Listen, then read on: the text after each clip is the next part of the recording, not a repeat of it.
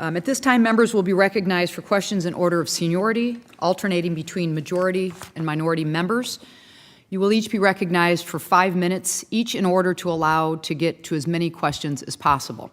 Please keep your microphones muted until you are recognized in order to minimize background noise. For starters, I'll recognize myself for 5 minutes and start with our line of questioning. In my question, just so all 4 of you are paying attention, I'd like all 4 of you to address it. And Dr. Johnson, I'm going to ask you to address it first just because you're from my home state of Illinois, all right? So you get that benefit. So here you go. What's an appropriate metric we should be using to evaluate how the safety net should be structured? ARC kicks in when there are relatively significant drops in revenue compared to the previous few years. PLC kicks in when prices drop below a set level. And producers face risk now of tightened margins.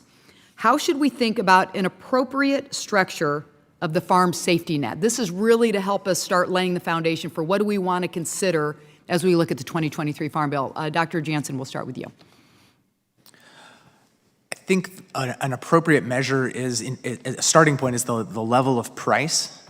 And looking this is a long-standing debate about whether we should have sort of flexible or fixed parameters. It's something that I think it would, if Congress wants to step up and say that we know what the long-run level of price is that we would like at which we'd like to fix the safety net, then the PLC reference price is that parameter in current policy and likely to be something similar in policy going forward.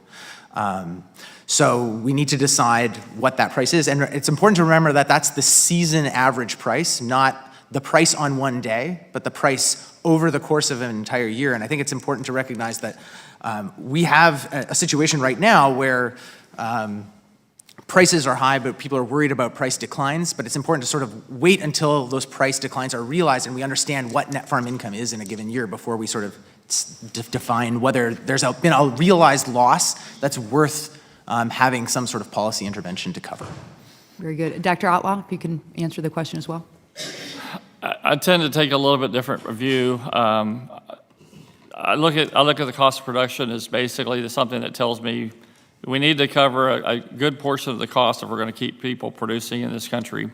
And one of the things that our center has done for various members of Congress over time is look at a lot of different ways at trying to attach escalators to the reference price, for example, that would take into consideration cost increases, and so that producers wouldn't be caught flat whenever prices. What we know is going to happen, Mrs. Chairman, is that the prices are going to decline, but the input prices are going to stay up for a while, and they always do, and that's going to leave people in a what we call a cost price squeeze, and so either looking at some sort of margin or building in the ability to ratchet up the reference price with costs is my suggestion.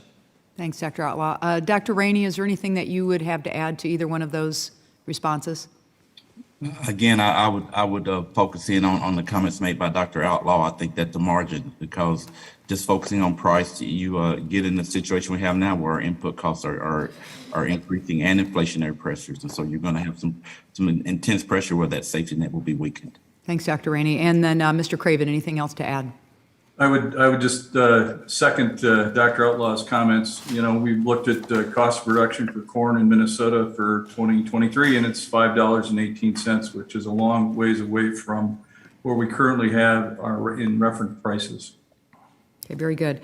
Dr. Jansen, I'm going to address my second question to you. Appreciate you sharing your insight on what you shared about commodity prices and the implication of Putin's invasion of Ukraine and the current and future farm policy. You talked about how the recent increases in commodity prices are expected to be larger than growth in input costs for corn, soybean, and wheat farmers for the marketing year of the 2022 crop. Coming into this growing season, and with the uncertainty producers have faced over input costs and market prices, can you talk about the sort of considerations that farmers are making in their inputs for this year and looking ahead to next year? Right. There is, I think, tremendous uncertainty, and the capital required is massive. And those put everyone on sort of a little bit of unstable footing. The question, I think, for this, under the aegis of this committee is related to, well, what losses have occurred? And as of yet, those losses are not yet realized. We do have a crop insurance program that will step in the situation where production declines occur because of weather or other things beyond the control of the producer. That safety net is in place, and we have to let that safety net play out. We could talk a lot deeper about this, but with the time expired, I will now recognize the gentleman from Georgia, Mr. Austin Scott.